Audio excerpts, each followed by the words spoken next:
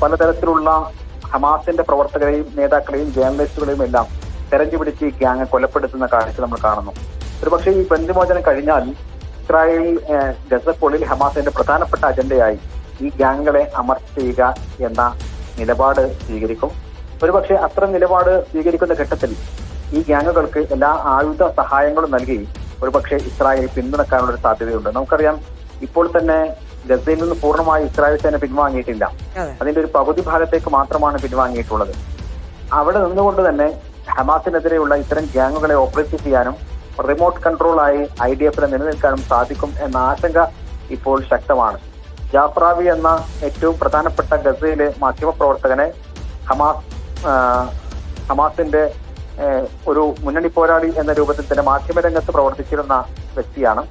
അദ്ദേഹത്തെയാണ് ഇപ്പോൾ ഇസ്രായേലി സേന അവരുടെ ചെലവ് കൊടുത്ത് വളർത്തിയ ഷിൻബറ്റിന്റെ ചെലവിൽ വളർന്ന ചില മിലീഷ്യകൾ കൊലപ്പെടുത്തിയിരിക്കുന്നത്. അതേപോലെ പല ആളുകളെയും കൊലപ്പെടുത്തിയിട്ടുണ്ട്. കഴിഞ്ഞ ദിവസം ഹമാസിന്റെ തന്നെ പല പ്രമുഖരായിട്ടുള്ള നേതാക്കളെയും അവരുടെ മക്കളെയും എല്ലാം കൊലപ്പെടുത്തിയെന്നുള്ള വാർത്തകൾ വന്നിരുന്നു.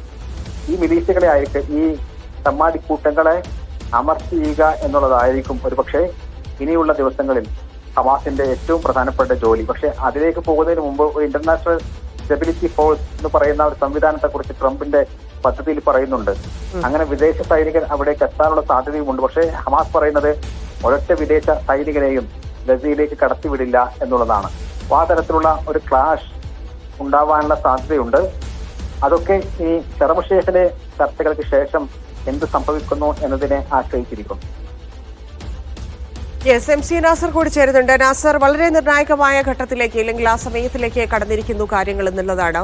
ട്രംപ് എന്താണ് സംസാരിക്കാൻ പോകുന്നത് എന്ന് ലോകം ഉറ്റുനോക്കുന്നുണ്ട്. അതിനുശേഷം സമാധാന ഉച്ചകോടിയിലേക്ക് കാര്യങ്ങൾ എത്തുന്നു. അത് രണ്ടാം ഘട്ടം എന്നോണം എന്ത് ഗസയിൽ ചെയ്യും എന്നൊക്കെയുള്ള കാര്യങ്ങളിലായിരിക്കും കൂടുതൽ വ്യക്തത വരുത്തുക എന്ന് മനസ്സിലാക്കുന്നു. എന്തായിരിക്കും ഉച്ചകോടിയുമായി ബന്ധപ്പെട്ട് എന്താണ് സംഭവിക്കാൻ പോകുന്നതെന്നാണ് മനസ്സിലാക്കുന്നത്?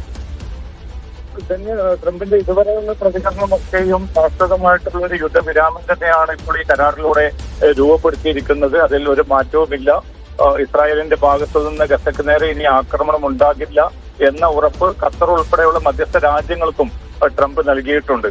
പക്ഷേ ഏറ്റവും നിർണായകമെന്നത് 20 ദിന പദ്ധതിയിലെ തുടർ ഘട്ടങ്ങൾ, അത് ഏറ്റവും പ്രധാനമാണ്. ഒന്നാമത്തേത് യുദ്ധാനന്തര ഗസയുടെ ഭാവി സംബന്ധിച്ച തീരുമാനം, അതോടൊപ്പം തന്നെ ഹമാസിന്റെ നിരായുധീകരണം ഉൾപ്പെടെയുള്ള കാര്യങ്ങൾ. ഇസ്രായേലിന് ഏതെങ്കിലും അർത്ഥത്തിൽ ഒരു ത്രെട്ട്, ഒരു വെല്ലുവിളി അല്ലാത്ത വിധത്തിൽ ഗസയെ ഏത് വിധത്തിൽ അവർ മാറ്റിയെടുക്കാൻ പോകുന്നു എന്ന ചോദ്യം.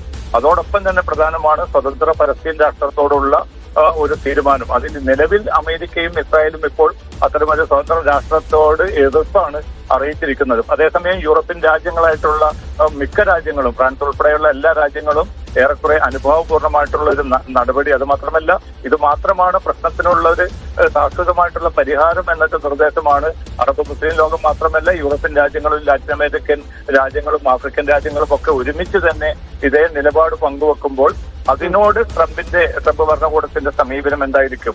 അതാണ് ഇപ്പോ ഈ കെയ്റോ ഉച്ചകോടിയെ ഏറ്റവും ശ്രദ്ധേയമാക്കി മാറ്റുന്ന ഘടകം. ഇതുമായി ബന്ധപ്പെട്ട് ട്രംപ് എന്ത് പറയാൻ പോകുന്നു?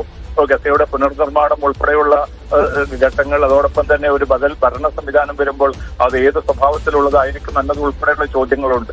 പക്ഷെ ഇതിൽ ഹമാസ് നേതൃത്വം ഇന്നും വ്യക്തമാക്കിയിരിക്കുന്നത് വൈദേശികമായിട്ടുള്ള ഒരു സൈനിക സാന്നിധ്യവും ഗസയിൽ തങ്ങൾ അനുവദിക്കുകയില്ല. അതുകൊണ്ട് അത്തരം നീക്കങ്ങളിൽ നിന്ന് ഈ രാജ്യങ്ങൾ വിട്ടുനിൽക്കണം എന്നൊരു അഭ്യർത്ഥന അവർ നടത്തുന്നുണ്ട്.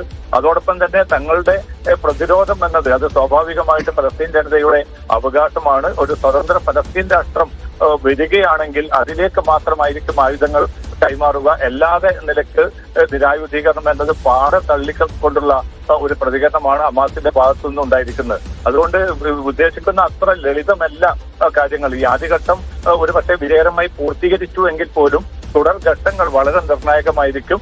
അതിൽ ഒരു സമവായത്തോടുകൂടിയുള്ള ഒരു സമീപനമല്ലാതെ ഒരു അടിച്ചേൽപ്പിക്കൽ നയമാണ് മുന്നോട്ട് കൊണ്ടുപോകുന്നതെങ്കിൽ, ഇസ്രായേലിന്റെ മാത്രം താല്പര്യങ്ങളാണ് അമേരിക്കൻ പ്രസിഡന്റ് കൈക്കൊള്ളുന്നതെങ്കിൽ തീർച്ചയായിട്ടും ഈ വെടിനിർത്തൽ എന്നത് അത്ര ഒരു ആഹ്ലാദകരമായിട്ടുള്ള ഒരു രൂപത്തിലായിരിക്കില്ല മുന്നോട്ട് പോവുക. കൂടുതൽ തീക്ഷ്ണമായിട്ടുള്ള പോരാട്ടത്തിനും കൂടുതൽ തീക്ഷ്ണമായിട്ടുള്ള സ്ഥിതിഗതികളിലേക്കുമായിരിക്കും കാര്യങ്ങൾ